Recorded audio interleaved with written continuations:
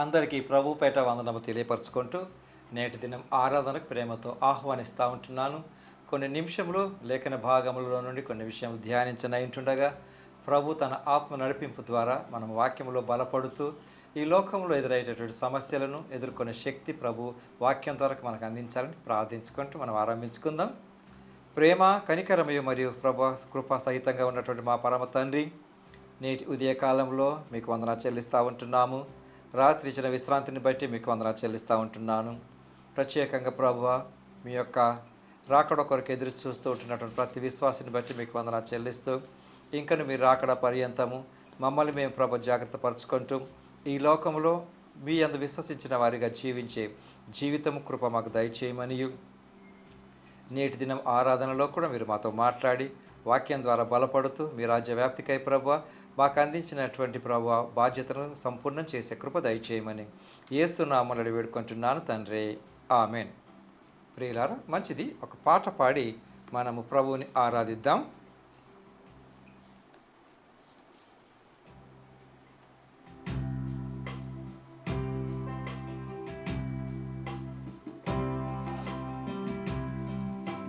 పరమా జీవము నాకు నివ్వా, తిరిగి లేచెను నాతో నుండా.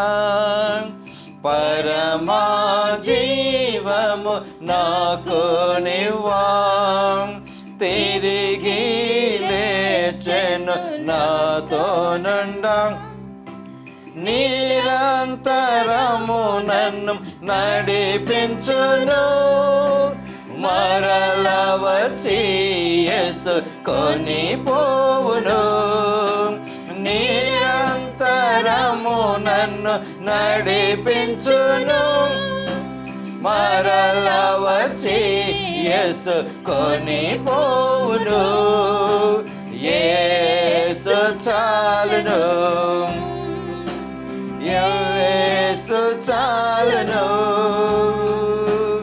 ఏ సమయమైన ఏ స్థితికైనా నా జీవితములో యేసు చాలును. సాతాను శోధన అధికమైన సోమశిలక సాగి వెళ్ళెదను. సాతాను శోధన అధికమైన సోమశిలక సాగి వెళ్ళెదను. లోకము శరీరము లాగినను, లోబడక నేను వెళ్ళెదను. లోకము శరీరము లాగినను, లోబడక నేను వెళ్ళెదను. యేసు చాలును, యేసు చాలును. ఏ సమయమైన ఏ స్థితికైనా నా జీవితములో యేసు చాలును. పచ్చిక బయలులో పరుండ జయం, శాంతి జలము చెంత నడిపించును. పచ్చిక బయలులో పరుండ జయం, శాంతి జలము చెంత నడిపించును. అనిశము ప్రాణం తృప్తి పరచున్, మరణలోయలో నన్ను కాపాడును. అనిశము ప్రాణము తృప్తి పరచున్, మరణలోయలో నన్ను కాపాడును. యేసు చాలును, యేసు చాలును. ఏ సమయమైన ఏ స్థితికైనా నా జీవితములో యేసు చాలును. నరులెల్లరూ నన్ను విడచినను, శరీరము కుళ్ళి కృషించినను.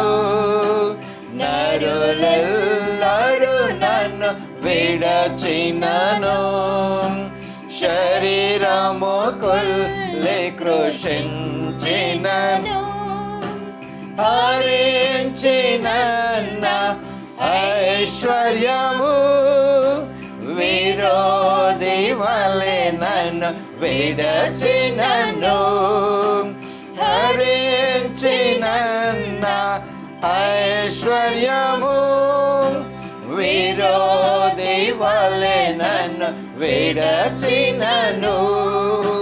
యేసు చాలును, యేసు చాలును. ఏ సమయమైన ఏ స్థితికైనా నా జీవితములో యేసు చాలును. పరమా జీవము నాకు నివ్వా, తిరిగి లేచెను నాతో నుండా. పరమా జీవము నాకు నివ్వా, తిరిగి లేచెను నాతో నుండా. నిరంతరము నన్ను నడిపించును, మరల వచ్చి యేసు కొనిపోవును. నిరంతరము నన్ను నడిపించును, మరల వచ్చి యేసు కొనిపోవును. యేసు చాలును, యేసు చాలును.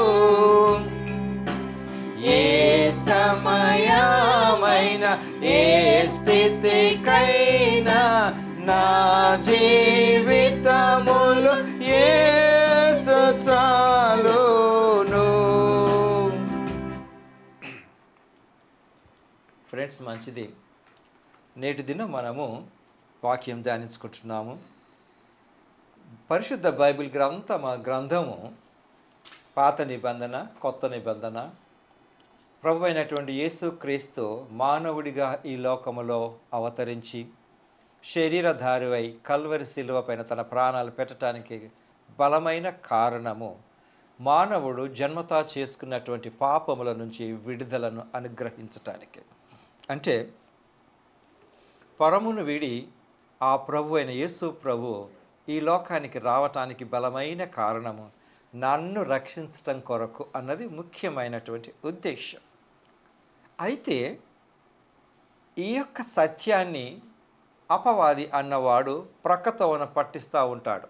అంటే ప్రభు అయినటువంటి యేసు ప్రభువు ఆయన వచ్చినటువంటి ఉద్దేశాన్ని నా వరకు చేరనివ్వకుండగా దానిని తప్పుడు తర్జుమా చేసి యేసు ప్రభువు దగ్గరికి వస్తే యేసు ప్రభువుని నేను స్వీకరించినట్లయితే అది నాకు రక్షణ వస్తుంది.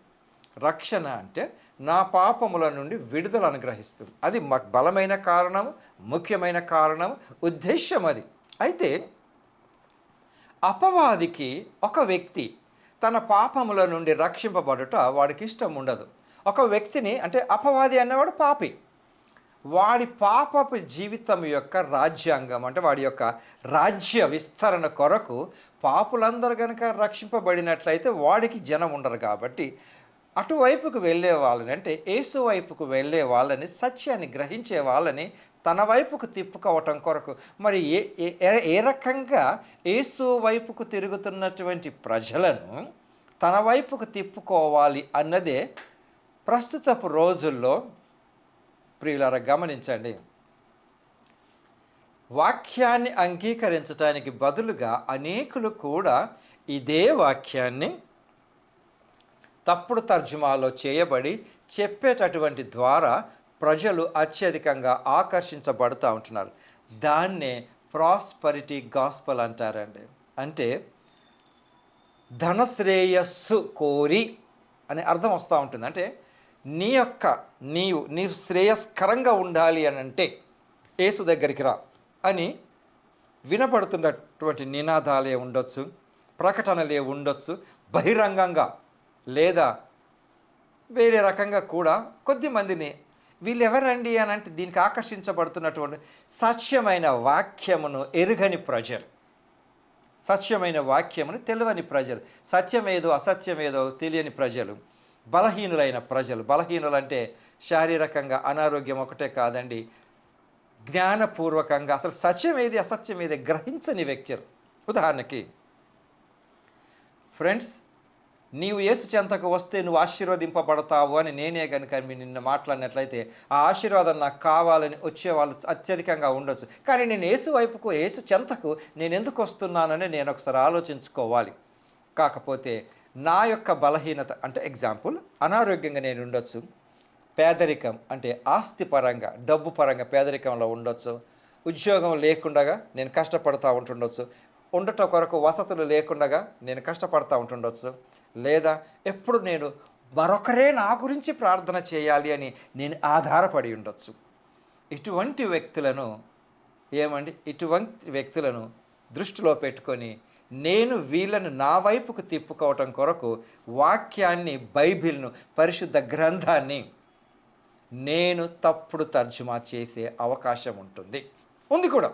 దాన్నే ప్రాస్పరిటీ గాస్పల్ అంటారు. ఫ్రెండ్స్, నీవు ఎంతవరకు ఈ ప్రాస్పరిటీ గాస్పల్ నుంచి దూరంగా ఉంటే అంత మంచిది. ఎగ్జాంపుల్, పరిశుద్ధ గ్రంథంలో నుండే నేను చెప్తా ఉంటానండి. ఇవి ఎవరిని ఉద్దేశించినటువంటివి కావు.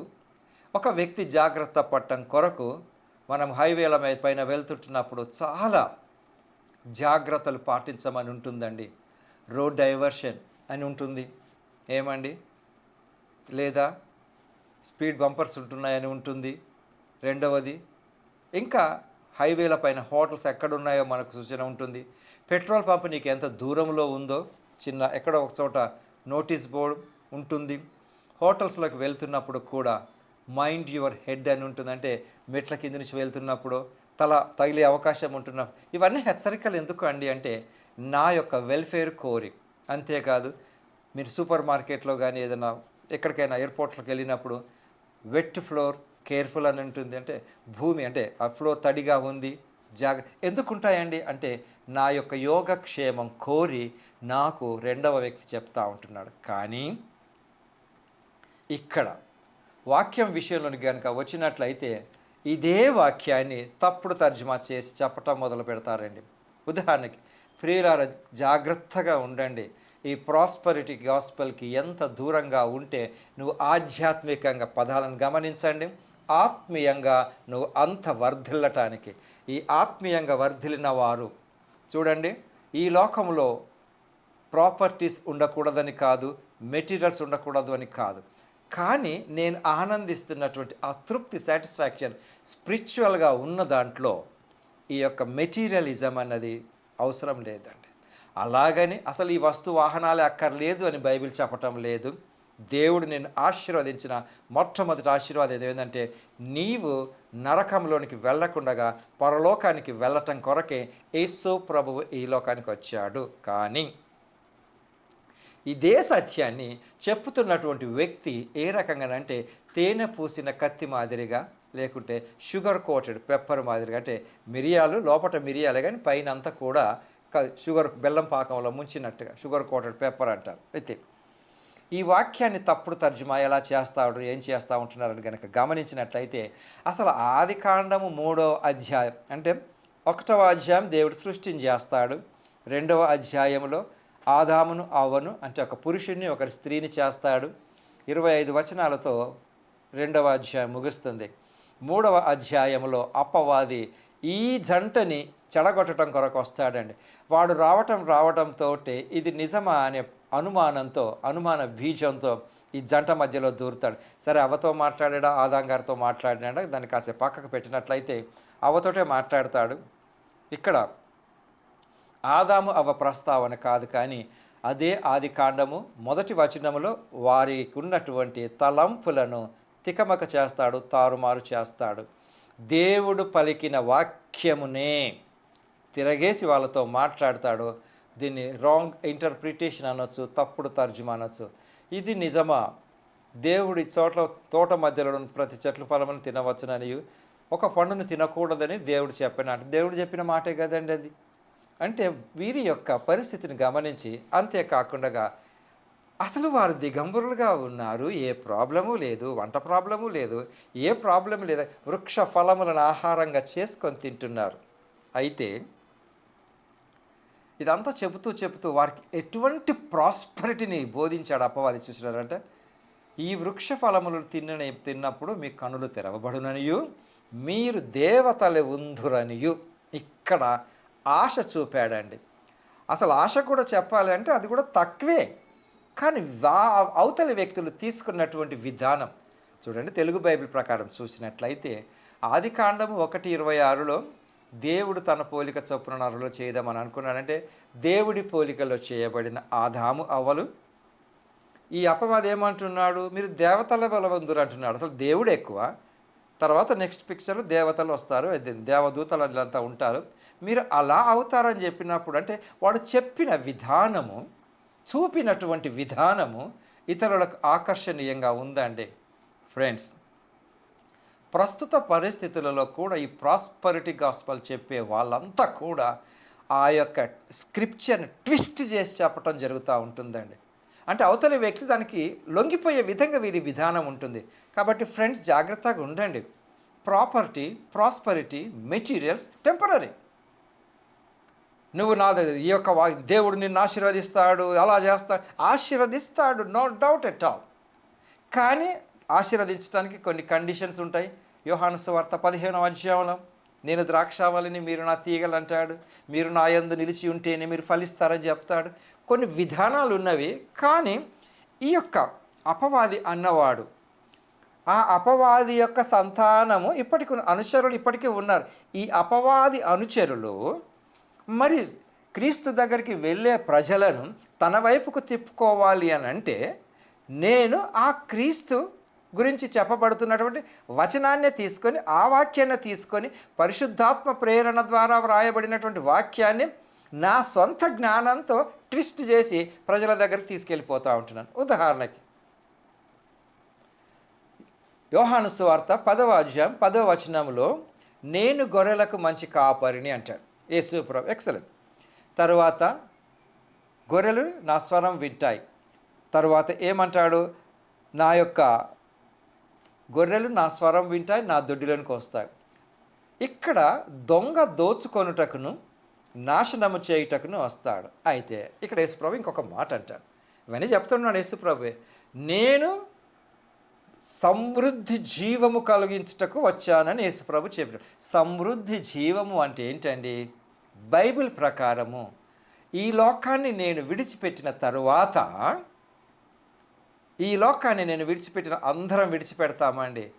నిత్యరాజ్యములో, పరలోకములో తండ్రి అయిన దేవుడి సన్నిధిలో నేను ఆనందిస్తాను అన్నది సమృద్ధి గల జీవమును.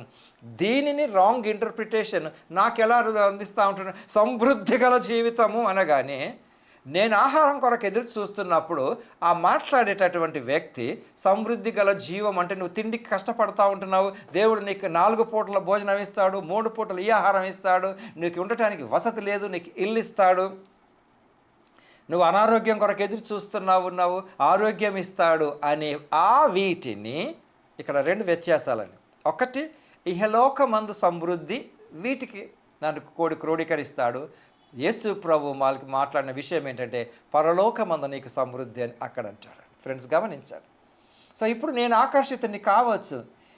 ఏ వ్యక్తి అయితే క్రీస్తు ద్వారా నీకు పాప విమోచన, పాప విడుదల, నిత్య రాజ్యము అని కాకుండా క్రీస్తు వలన నీకు వసతులు అనుగ్రహించబడతాయి, ప్రాపర్టీ అనుగ్రహించబడుతుంది, నువ్వు ఈ లోకమందు సమృద్ధిగా జీవిస్తావు ఈ లోకమందు అని గనక అన్నట్లయితే అది తప్పకుండా ప్రాస్పరిటీ గాస్పలేనండి. గమనించండి అండి.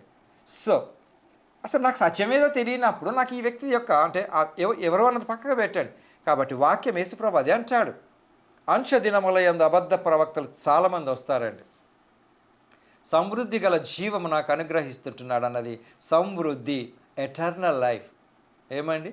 అబండెంట్ లైఫ్, సమృద్ధి గల జీవం అన్నప్పుడు. కాబట్టి ఫ్రెండ్స్, ఎవరైనా వచ్చి నీవు ఈ రకంగా చేస్తే చూడండి, యేసుప్రభు నేను అంగీకరించిన విధం ఎందుకు? పాపము నుంచి విడుదల.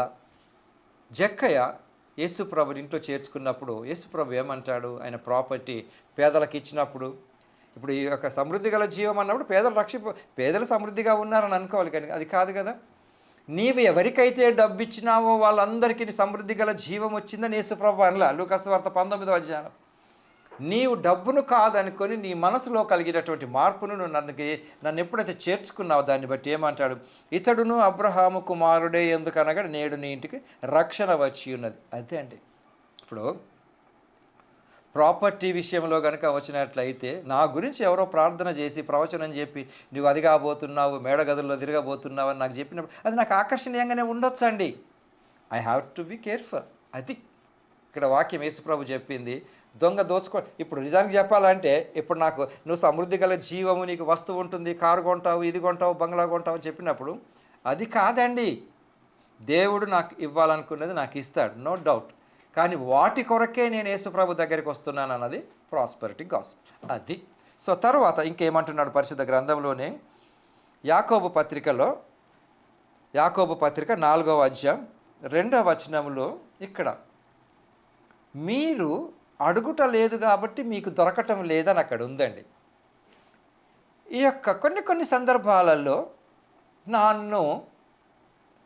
నాకు అసలు వాక్యం గురించి సరిగా తెలియదు. అప్పుడప్పుడు ఏదో అక్కడక్కడ వింటున్నాను. నాకు ఏదో అంటే క్లిష్ట పరిస్థితులలో నేనున్నప్పుడు నాకు ఇటువంటి వ్యక్తి ఎవరో ఒక తగలొచ్చండి. తగిలినేమంటాడు? అసలు మీరు దేవుణ్ణి అడగటం లేదండి, అందుకే మీకు రావటం లేదు. But excellent. ఏం అడగాలి నేను ఇప్పుడు? ఏం అడగాలి? నీకు ఉద్యోగం లేదు కదా, ఉద్యోగం అడుగు. Okay, no doubt. రెండవది వస్తు వాహనాల గురించి కాదా, అడుగు, దేవుడు ఇస్తాడు. కండిషన్స్ అప్లై అండి.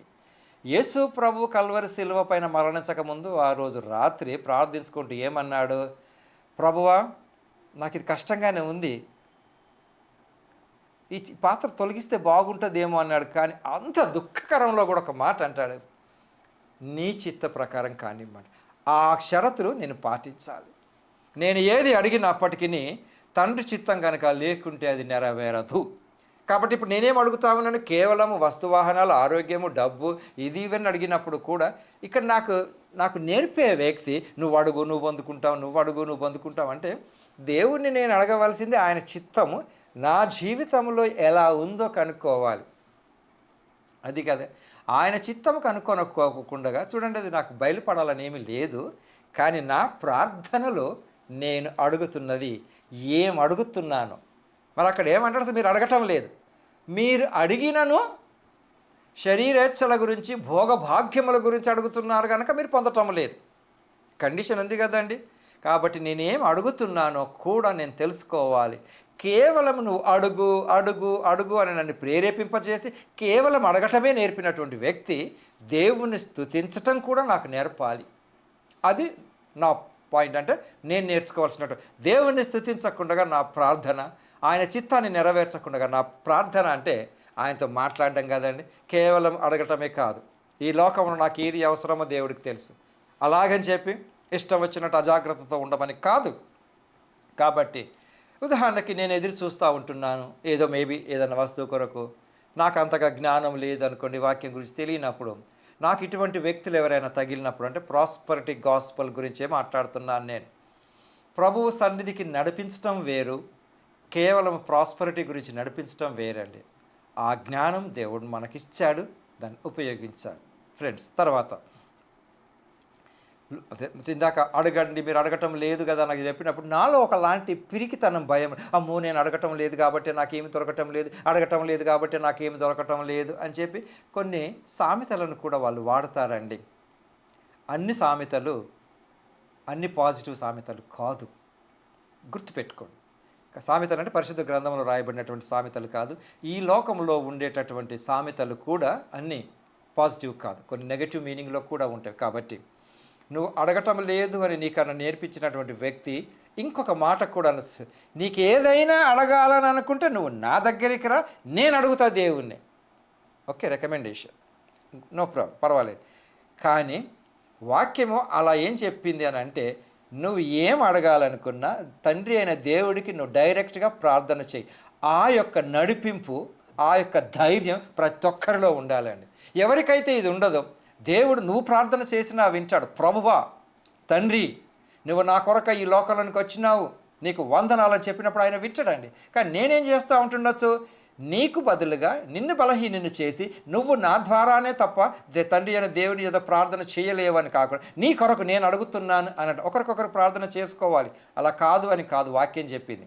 నిన్ను అడగకుండా కూడా ఒక వ్యక్తి, నాలాంటి వ్యక్తే చేయొచ్చు. నీవు అడగకు, నేను అడుగుతా, నువ్వు అడగకు, అడగండి అని. అడిగేటప్పుడు కూడా ఫ్రెండ్స్ జాగ్రత్తగా ఇటువంటి వాటికి దూరం ఉండటం చాలా మంచిది.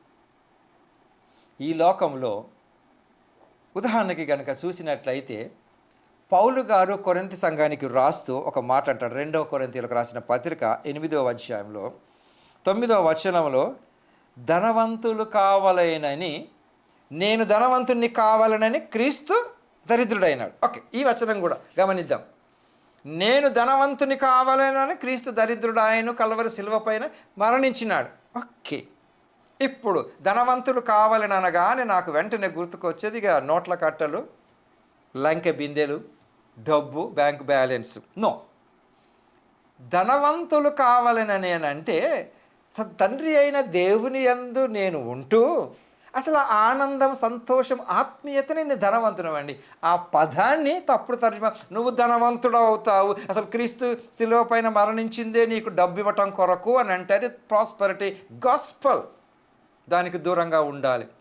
దీనికి వివరణ మళ్ళీ పౌలు గారు ఇక్కడే ఇస్తాడండి. 15వ వచనంలో ఇక్కడ నిర్గమాకాండంలో వాళ్ళు ఒక పూరేళ్లను అంటే భోజనాన్ని, మన్నాన్ని వాళ్ళు చేసిన తర్వాత వాళ్ళు దాచుకున్నారు. రేపటి కొరకు పనికి వస్తుందేమోనని దాన్ని మళ్ళీ క్లారిఫై చేస్తాడు. ఇక్కడ మీరు ధనవంతులు కావాలని ఆయన దరిద్రుడు ఆయన అని అనుకున్నప్పుడు ఇక్కడ అవ్వలేదు అది. దాన్ని మళ్ళీ 15వ వచనంలో చేస్తాం. 2వ కొరింథీ 8:15లో ఎక్స్ప్లెయిన్ చేస్తాడు. ఎవరైతే ఎక్కువగా కూర్చుకున్నారో వాళ్లకు మిగలలేదు, ఎవరైతే తక్కువగా కూర్చుకున్నారో వారికి తక్కువ కాలేదు. అది కాబట్టి ఫ్రెండ్స్, ఈ ఆస్తులు చూడండి, మనకు ఉండటం కొరకు వసతులు అవసరమే కాదని కాదు, దేవుడు మనల్ని కాపాడుతాడు. అనేక పర్యాయాలు అని చెప్తారు. ఆకాశ పక్షులను చూడండి, ధనవంతులు అనగానే ఏదో నేను యేసు ప్రభుని అంగీకరించి పలానా సంఘంలో మేము సభ్యత్వం పొందుకొని నేను దశంభాగము కానుకలు ఇస్తున్నాను అని అంటే నేను ధనవంతుని అవుతానన్న దురుద్దేశంతో కాదండి. ఆయన ఈ లోకానికి వచ్చింది సర్వ సమాజాన్ని రక్షించడానికి వచ్చినాడు. కాబట్టి అది ధనం అంటే, శాంతి, సమాధానం, నెమ్మది ధనం అంటే అది. కానీ ధనవంతులు అవ్వటానికి కొరకు ఆయన కల్వరి శిలువ పైన దారిద్రుడు, ఆయన వస్త్రహీనుడు, నాకు వస్త్రాలు ఇవ్వటానికి అది కాదు. ఆయన వస్త్రహీనుడు అయినందుకు నాకు ఏమండి పట్టు పీతాంబరాలు ఉన్నాయన్న మీనింగ్ కాదు ఇక్కడ. కాబట్టి ఫ్రెండ్స్ గమనించండి. అంతేకాదండి, ఇక్కడ గలతీయులకు రాసిన పత్రిక 3:14లో కూడా ఆయన ఏమంటున్నాడంటే, అబ్రహాముతో చేసిన నిబంధనను, ఓకే, అబ్రహాంతో నిబంధన ఏం చేశాడు? ఇక్కడ గలతీ పత్రికలో 3:14 ఏమంటున్నానంటే, అబ్రహాముతో చేసిన నిబంధనను. ఇప్పుడు ఆ వాక్యాన్ని తీసుకొని కూడా ప్రజలు మోసపోతూ ఉంటున్నారు. ఎలాగో నువ్వు చేసిన నిబంధన అంటే దేవుడు నీకు ఒక నిబంధన కలిగి ఉన్నాడు. అది నిబంధన ఏంటండి? అబ్రహాము శారాకు చేసిన నిబంధన ఏంటి? ఆ నిబంధన అంటే అబ్రహాము విషయంలో వాగ్దానాన్ని నెరవేర్చినాడు, నిబంధన నెరవేర్చినాడు. నోవాహుతో కూడా ఒక నిబంధనను పెట్టుకుంటాడు, ఒక రెయిన్బో ద్వారా, ఇంద్రధనస్సు ద్వారా. కాబట్టి ఈ రకంగా ఆ నిబంధనలు ఏంటంటే, నీతో దేవుడు ఒక నిబంధన కలిగి ఉన్నాడు, నువ్వు ధనవంతుడు అవుతావు అన్న ఈ ఆశ, ఈ నిబంధన నన్ను దేవుడి యొక్క ఏమండి ఆ ప్రేమ, ఆధ్యాత్మికత నుండి దూరం చేసే అవకాశం ఉంటుంది. కాబట్టి ఫ్రెండ్స్ జాగ్రత్తగా నేను అసలు ఆ నిబంధన ఏంటిది అన్న విషయాన్ని నేను చూసుకోవాలి. తర్వాత యోహాను రాసిన 3వ పత్రిక 2వ వచనంలో ఇంకొక మాట ఉంటుంది. ఆత్మవర్ధిల్లుచున్న విధముగా. ఈ యొక్క లెటర్ ఎవరికి రాస్తారంటే యోహాను గారు అక్కడ ఎవరికి రాసినారో నేను చూసి చెప్తాను. గాతుకు రాస్తాడు. యోహాను 3వ పత్రిక, యోహాను 3వ పత్రికలో, పెద్దనైన నేను సత్యమును బట్టి ప్రేమించు ప్రియుడు గాయునకు, ఆ గాయకు రాస్తాడు. చూడండి రాసిన విధానం ఏంటో కూడా గమనించండి. ప్రియుడా, నీ ఆత్మ వర్ధిల్లుచున్న ప్రకారము నీవు అన్ని విషయములలోనూ వర్ధిల్లుచు సౌఖ్యముగా ఉండవలెనని ప్రార్థించుచున్నాను. ఇది ఒక గ్రీటింగ్. ఇది ఇతను కోరుకుంటున్నాడు, వాగ్దానం కాదు. నువ్వు ఆత్మలో ఏ రకంగానైతే వర్ధిల్లుచున్నావో అదే రకంగా కూడా అన్నిట్లో వర్ధిల్లాలని నేను ప్రార్థిస్తున్న, వాగ్దానము కాదు. కాబట్టి ఫ్రెండ్స్, నేను జాగ్రత్తగా ఉండాలి. వాక్యాన్ని వింటున్నప్పుడు ఏదైతే ఆధ్యాత్మిక స్థితిలో ఎదుగుతున్నానో దాని నుంచి నన్ను దూరం చేసేది ఏది అయినా కూడా అది ప్రాస్పరిటీ గాస్పల్. అంతేకాదండి, మార్కు సువార్త 10వ అధ్యాయంలో కూడా 28, 29, 30లో కనుక చూసినట్లయితే ఇక్కడ యేసు ప్రభు పలికిన మాటల్ని కూడా తప్పుడు తర్జుమా చేసే అవకాశాలు ఉన్నాయి. నేను జాగ్రత్తగా ఉండటం నేర్చుకోవాలండి. మార్కు సువార్త 10, 29, 30 ఇక్కడ ఏమంటున్నాడు? అందుకు యేసు ఇట్లనెను, నా నిమిత్తమును సువార్త నిమిత్తమును ఇంటినైనను అన్నదమ్ములనైనను అక్కచెల్లెలనైనను తల్లిదండ్రులనైనను పిల్లలనైనను భూములనైనను విడిచిన వాడు ఇప్పుడు ఇహమందు హింసలతో పాటు 100 ఇండ్లను, అన్నదమ్ములను, అక్కచెల్లెలను, తల్లులను, పిల్లలను, భూములను రాబోవు ఈ లోకమందు నిత్య జీవమును పొందునని మీతో నిశ్చయముగా చెప్తున్నాను. యేసు ప్రభు చెప్పింది ఏంటో తెలుసా? ఇక్కడ ఈ లోకంలో నువ్వు పోగొట్టుకుంటే నిత్య జీవములు అన్నాడు. అయితే దీనిని నిత్య జీవం అనే మాట పక్కకు పెట్టి నువ్వు 200 100 పొందుకుంటావని నాకు ఎవరైనా చెప్పినప్పుడు నేను ఆశించే అవకాశం ఉందండి. ఫ్రెండ్స్, ఈ యొక్క నేను అంటే ఆశీర్వాదాల గురించి కాకుండా దీని గురించి ఏం మాట్లాడుతున్నారని ఒకవేళ అనుకుంటే అనుకోవచ్చు అండి, తప్పేం కాదు. అది చాలా వరకు ఇటువంటి ప్రాస్పరిటీ గాస్పల్ అన్నది అంటే దీనిని తెలుగులో ధన శ్రేయస్సు లేదా శ్రేయోభిలాషి అని చక్కగా మాట్లాడవచ్చు. బట్ స్టిల్ ఈ వాక్యం అంతా కూడా ఒక వ్యక్తిని పరలోకం నడిపించటం కొరకేనండి. ఈ లోకంలో నేను ఎంతో ఆస్తుపాస్తులతో ఎంతో ప్రాపర్టీతో నేను చనిపోయి పాప క్షమాపణ గనక లేకున్నట్లయితే ఎక్కడికి వెళ్తానో తెలుసు. పాప క్షమాపణ కలిగి ఉండి ఏమీ లేకుండా పేదరికంతో చనిపోయినా ఎక్కడికి వెళ్తాడో తెలుసు. ధనవంతుడైన ఏమండి ఒక వ్యక్తి, పేదవాడైనటువంటి లాజరు, ధనవంతుడైన వ్యక్తి ఎక్కడున్నాడు? లాజరు ఎక్కడున్నాడు? లాజరు దేవుడి సన్నిధిలో ఉన్నాడు. అబ్రహాం రొమ్మున అనుకుని ఉన్నాడు. ధనవంతుడు ఎక్కడున్నాడు? కాబట్టి ఫ్రెండ్స్, ప్రాస్పరిటీ నా నిత్య అవసరతల కొరకు అవసరమే, కానీ దాని కొరకే క్రీస్తును వెంబడించకూడదు. దాని కొరకే క్రీస్తుని వెంబడించడం మాత్రమే కాదండి, అటువంటి వాటికి దూరంగా ఉండటం కూడా నేర్చుకున్నట్లయితే దేవుడు మన యందు సంతోషిస్తాడు. అంతేకాదండి, ఇప్పుడు నా అక్కరల్లో ఒక వ్యక్తి నాకు ఈ ప్రాస్పరిటీ గాస్పల్ చెప్పినప్పుడు అతడు దేవుడే అతన్ని పంపించినాడని ఒకలాంటి అపోహ కూడా నాలో కలిగి దేవుణ్ణి పూజించటం కంటే, దేవుణ్ణి ఆరాధించటం కంటే మనుషులను ఆరాధించటం కూడా జరుగుతుంది. మనుషులను ఆరాధించకూడదండి. మనుషులు దేవుడు చేసినటువంటి వ్యక్తులు. మనుషులను ఆరాధించటం కూడా దేవుడి ఘనతను దొంగిలించటమే. మామూలుగా గౌరవిస్తాం, మర్యాదిస్తాం, కానీ ఆరాధించటం అన్నది జరగకూడదు. కాబట్టి ప్రియులారా, దేవుడికి చెందవలసిన ఘనతను దేవుడికి ఇవ్వవలసినటువంటి ఆరాధన దేవుడికి. ఎక్కడ నేను జాగ్రత్తగా ఉండవాలని అక్కడనే పరిశుద్ధ వాక్యము నిత్య రాజ్యమునకు మార్గం. యేసు ప్రభు పాపులను రక్షించటకు క్రీస్తు యేసు ఈ లోకానికి వచ్చినాడు, అందుకొరకు వచ్చినాడు. ఈ నేపథ్యంలో తను స్వస్థతలు చేసినాడు, అనుమానం లేదు. చనిపోయిన వ్యక్తులను లేపినాడు, అనుమానము లేదు. కానీ అవే నాకు కావాలి, ఆయన నాకు రక్షణ కొరకు కాదు అనుకున్నట్లయితే మాత్రం పొరపాటు జరుగుతున్నట్టే. కనుక ఫ్రెండ్స్, యేసు ప్రభువు లోక రక్షకుడిగాను పాపము నుంచి విడుదల అనుగ్రహించే వ్యక్తిగాని మనం చూసి ప్రాస్పరిటీ గాస్పల్లో ఉండకుండగా సమస్త ఘనతా మహిమలు దేవుడికి ప్రభువైన యేసు ప్రభువునకు చెందు విధంగా పరిశుద్ధాత్మ ప్రేరణ ద్వారా నడిపింపు పొందుకున్న వారమే ముందుకు వెళ్ళే కృప దేవుడు మనకు దయచేయను గాక. ప్రార్థించుకుందాం. కృపా కనికరం కలిగిన ప్రియ పరలోకపు తండ్రి, ఇంతవరకు మీరు మాతో మాట్లాడిన విధానమును బట్టి మీకు వందనాలు చెల్లిస్తుంటున్నాము. ప్రభువా, మేమెవరము కూడా ఇటువంటి శ్రేయోభిలాష అని చెప్పుకుంటూ వచ్చి మమ్మల్ని వాక్యానికి దూరం చేసే వ్యక్తులకు ప్రభువా జాగ్రత్తగా ఉండటం కృప చూపించండి. వాక్యం విన్న ప్రతి ఒక్కరిలోనూ ప్రభు మీ యొక్క వాక్యం ఫలింప చేయమని ప్రార్థిస్తూ ఉంటున్నాం.